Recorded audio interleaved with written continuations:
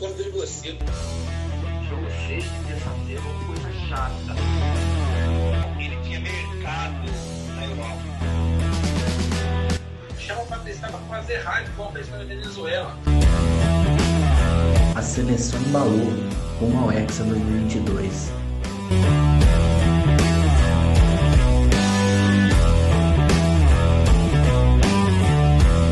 Muito bom dia, boa tarde, boa noite a todos vocês que estão assistindo mais um programa do Olho no Lance. O debate dessa semana é debate de ouro. A gente conversou muito nessas últimas semanas sobre as Olimpíadas, falamos do futebol feminino, que infelizmente foi eliminado nas quartas de final.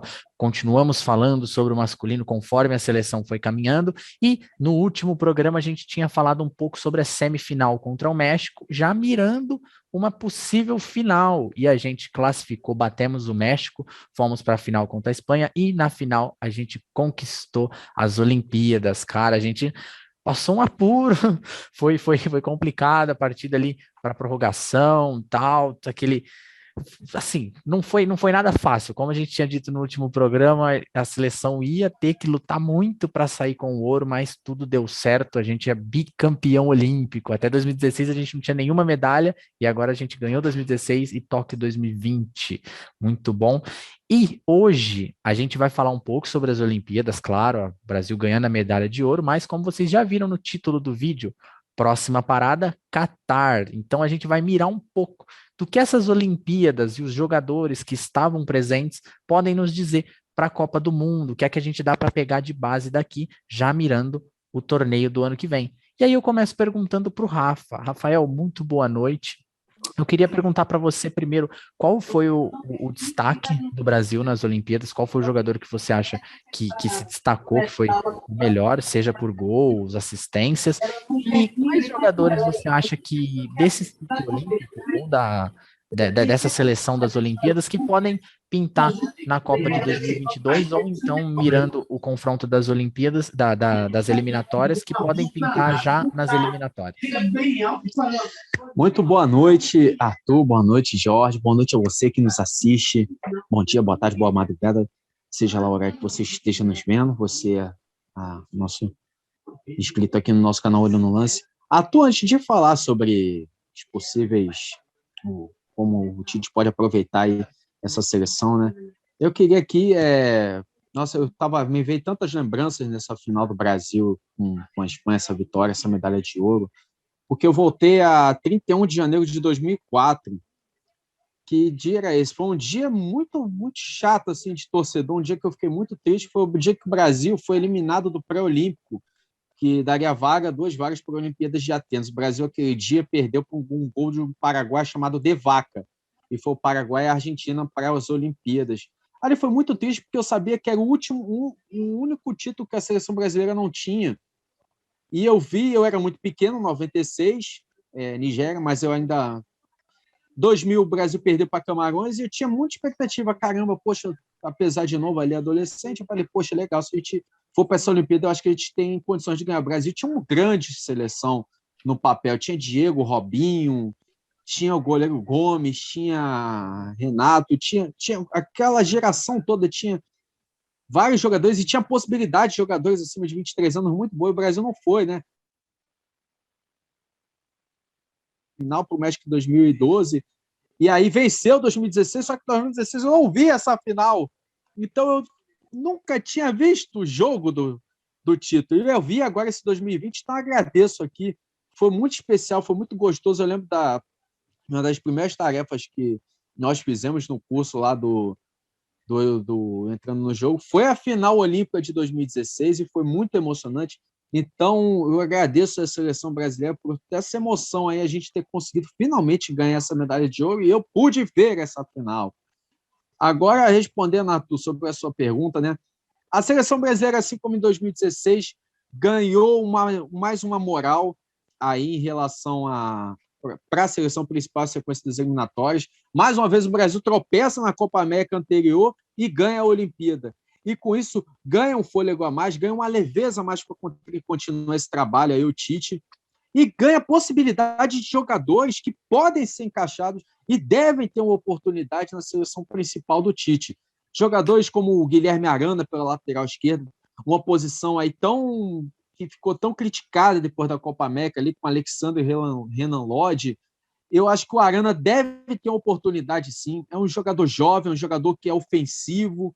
Você pode criticar ali uma ou outra parte defensiva, mas é um jogador que tem muita técnica, assim, pode evoluir para chegar no Catar. Acredito que o grande destaque da seleção brasileira não poderia ser outro, foi o Richarlison, mas esse aí já é da seleção principal, muito provavelmente estará no Catar, é artilheiro, líder de assistência, muito bom jogador, deve estar no Catar, tem uma personalidade ótima, vestiu a 10, fez o que fez, foi artilheiro e falou para o Infantino, careca, ano que vem no Catar. É isso aí, né? Outro jogador também que eu acredito que foi grande destaque, a gente até falava que ele precisava de fazer gol para ganhar uma confiança, foi o Matheus Cunha. Infelizmente teve a lesão na semifinal, que o tirou da semifinal, mas ele voltou na final e foi decisivo. É mais um jogador que aparece aí, né? Eu acho que conseguiu se mostrar. Foi um marketing muito bom da Olimpíada para o Matheus Cunha e ele fez o nome dele. Então acredito que vai aparecer na lista do Tite aí mais para frente aí, né? Além de outro, o Brasil precisa tanto, a gente fala tanto que o Brasil precisa de um centroavante ali, né? Já se falava no Pedro, aí tinha o Gabriel Jesus, tem outros jogadores aí. Então, o Matheus Cunha aparece como essa possibilidade. E é um centroavante que tem características que o Tite gosta. Então, acredito que deva ser aproveitado. Outro jogador também que, principalmente na final, apareceu muito bem foi o Antony. Fez uma Olimpíada muito consistente, jogando bem ali. É um jogador, um jogador pela direita, que joga pela direita ali, canhoto, que é uma característica que falta à seleção brasileira, que chegou a ter o Douglas Costa por muito tempo, e agora com o Douglas Costa já não tão bem aí, ficou uma posição um pouco vaga. Então o Brasil ganha um jogador com essa característica, né? Já que teve o David Neres também, mas não deu muito certo, mas pode ser um outro jogador a se trabalhar. Então o Antony é um outro jogador a ser trabalhado também, pode ser aproveitado pelo Tite. E mais um também aqui, para não deixar esquecer, o Bruno Guimarães, né? Que se fala muito nele, fez uma Olimpíada muito consistente, né? Num meio-campo ali que não tinha um jogador tão marcador, o Bruno Guimarães se destacou muito bem, conseguiu segurar a barra, deu uma dinâmica muito boa nesse meio-campo do Brasil. Então, a seleção brasileira olímpica dá à seleção principal possibilidades aí de jogadores para serem trabalhados até o Qatar 2022. E uma seleção que não foi tão brilhante, mas foi muito efetiva e conseguiu traduzir em campo a sua superioridade. A final contra a Espanha foi um jogo difícil, a Espanha tinha jogadores muito bons, a final emocionante, o Jardine deu uma cartada muito perigosa, né? Abrindo mão das substituições praticamente no tempo normal, e o Brasil foi mais time, mesmo sem as substituições, boa parte das substituições na prorrogação, e conseguiu matar o jogo naquele gol do Malcom também, que eu esqueci de dizer aqui, é outro jogador que pode ser trabalhado, não teve tantas oportunidades, mas é outro jogador que deveria ter oportunidades aí com o Tite. E eu digo também, para finalizar, o Reinier e o Paulinho, que foram ótimos reservas, entraram muito bem na seleção. Para mim, o destaque negativo, mas também porque teve a questão de lesão, jogou fora de posição, foi o Claudinho. Eu esperava mais do Claudinho, mas tem que levar em consideração que é um jogador que ficou um pouco fora da sua posição. Mas ainda assim, fica meu elogio aqui para toda a seleção brasileira. Não posso esquecer do Santos também, né? Grande Olimpíada do Santos também, nosso goleirão aí. Se eu ficar aqui, eu vou ficar falando até amanhã. Mas é isso aí, Arthur. Eu destaco esses jogadores aí. Matheus Cunha, o Richarlison, Daniel Alves, também na lateral direita, Bruno Guimarães, Antony Santos, e é isso aí. Espero que o Tite aproveite esses jogadores aí para a sequência das eliminatórias e aí visão da Copa do Catar em 2022. E talvez até disso que você citou, que a gente fala de aproveitar os jogadores, é muito importante, né, para a Olimpíada.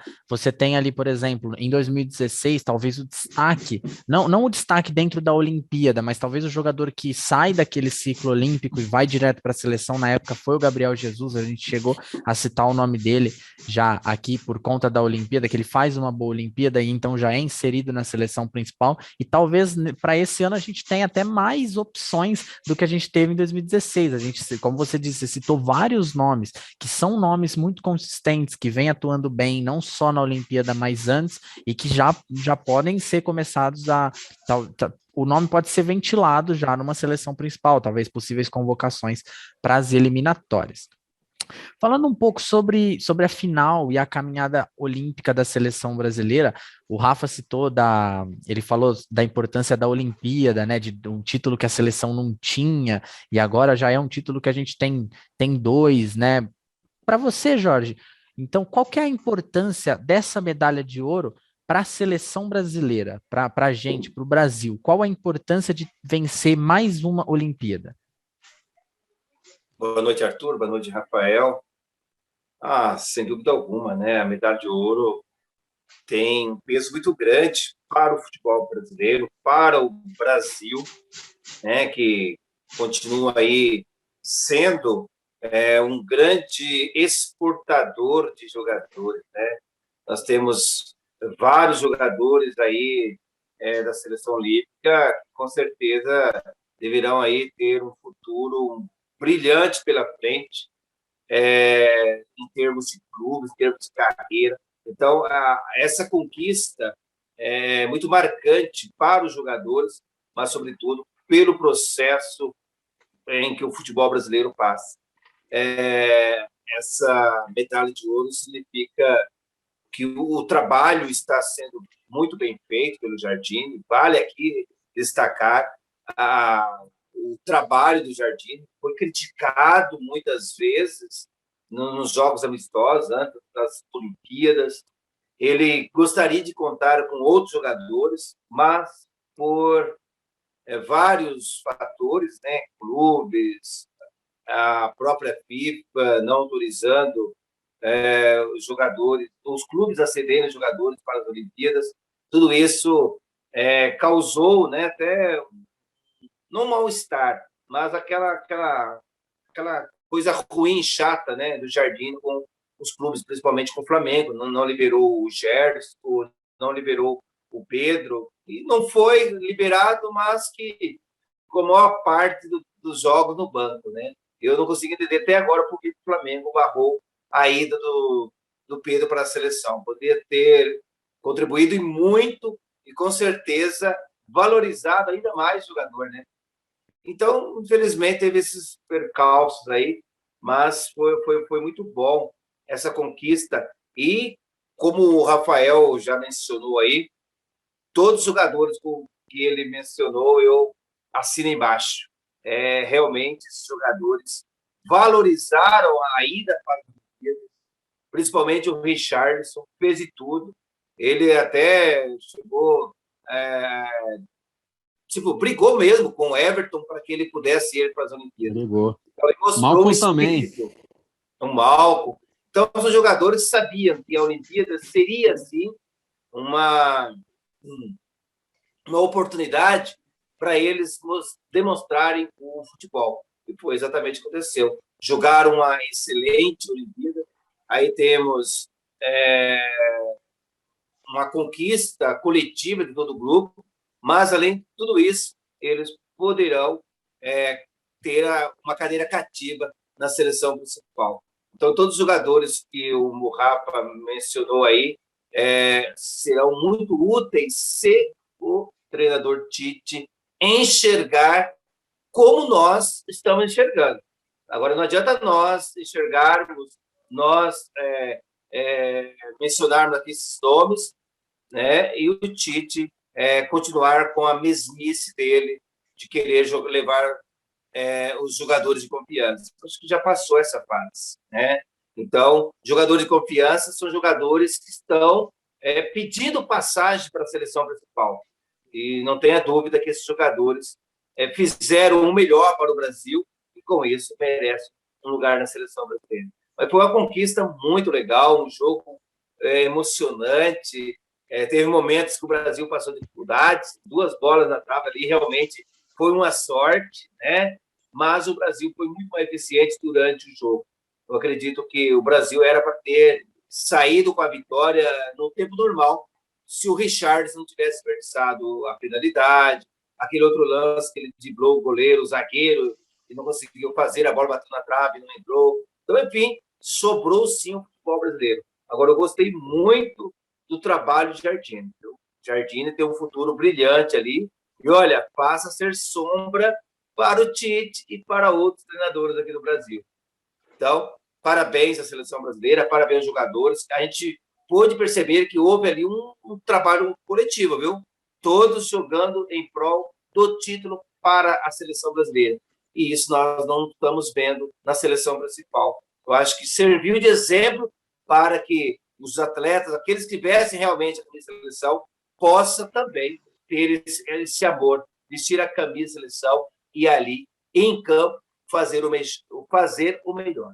Com certeza, todos ganharão com isso. E aí, merecido, mais uma vez, o título bicampeão olímpico, a seleção brasileira de futebol.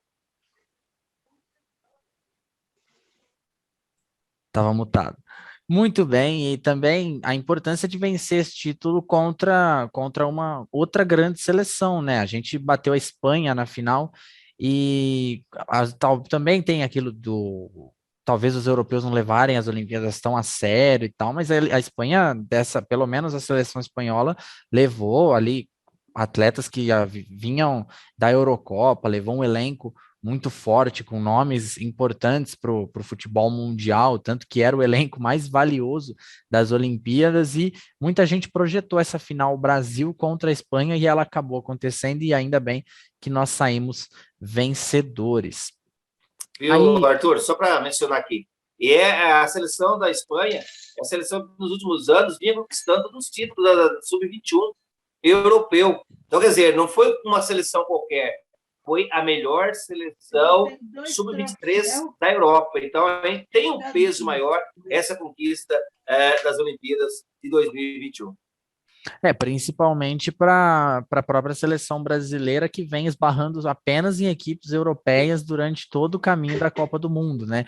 Desde a nossa vitória em 2002, nossas eliminações sempre para as seleções europeias, 2006, 2010, 2014, 2018, mas se tudo der certo, com os jogadores das Olimpíadas em 2022, Catar vai ser nosso. Mas Arthur, eu queria chamar a atenção para essa curiosidade do Brasil sempre ser eliminado, porque acabou virando.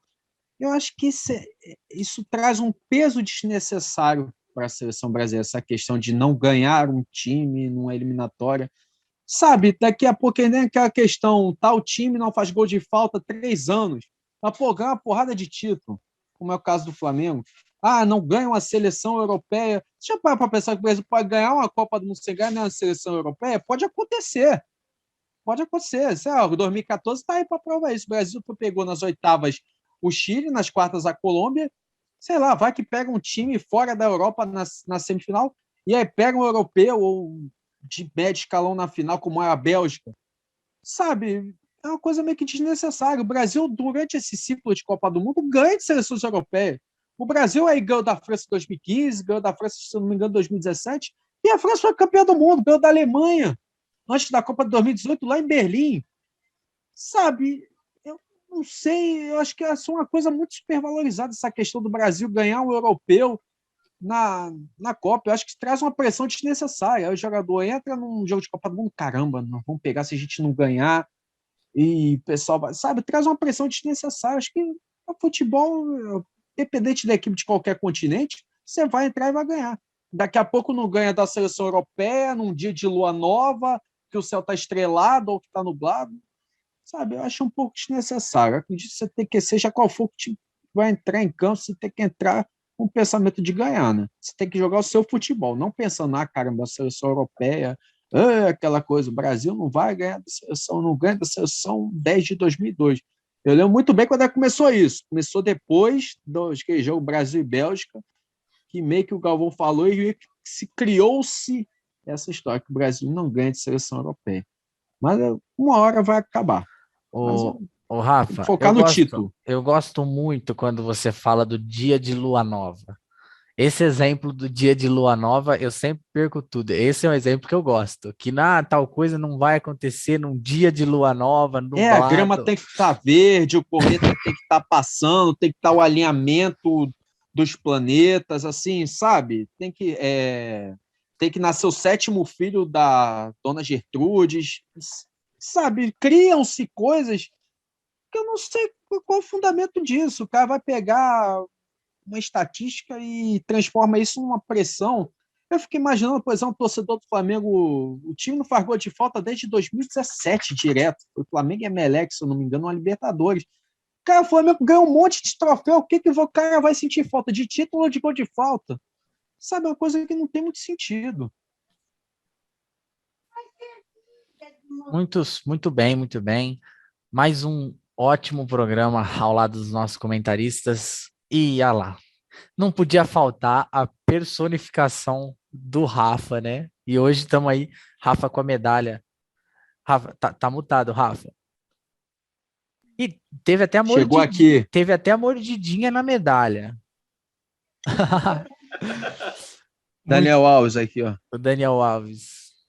O clima Esse é pé quente, hein? o clima no São Paulo não tá nada bom, mas aí, ó, tá ótimo. Assunto para semana que vem. Queria Tá agradecer. Delicioso. Cicinho, Daniel Alves, a treta dos laterais direitos aí do São Paulo, né? Eu ouvi dizer que só um é ídolo lá em Cotia, tá? Mas, eita! É verdade mesmo. Não sei o que eu falei com o Daniel Alves aí. Não deixa de ser mentira.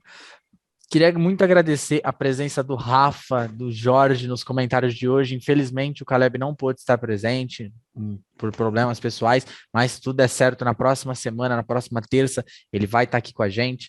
Queria agradecer a todos vocês pela audiência. Deixa seu like, não esquece de se inscrever no canal. A gente se vê na próxima terça-feira com mais um debate aqui no Olho no Lance.